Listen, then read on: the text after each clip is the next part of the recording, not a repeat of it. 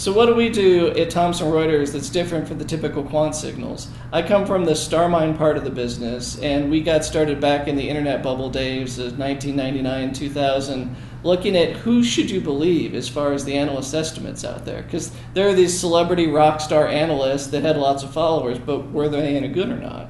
And we found that you can see that certain analysts are better at making earnings estimates than others. The ones who are good at it tend to remain good. They're actually 4 times as likely to stay at the top as they are to fall to the bottom. And we build a whole business for ourselves evaluating these analysts. We'll give out star awards, go around the world with local newspapers, and congratulate the people who are best at what they do, and they really appreciate this recognition.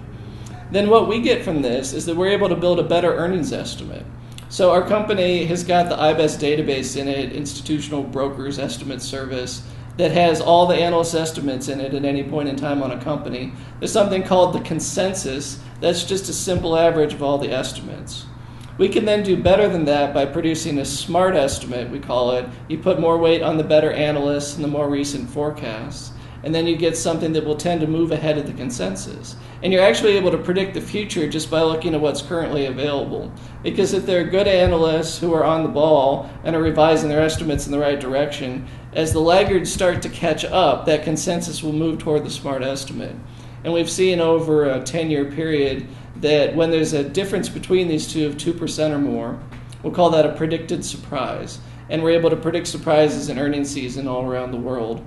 The bigger the predicted surprise, the more likely it is that that surprise will happen in that direction. And our hit rate's about 70% over time, just following the quant approach. It gets up to 80% if you include a human overlay where someone actually looks at it and makes sure there's a story that supports the quantitative numbers.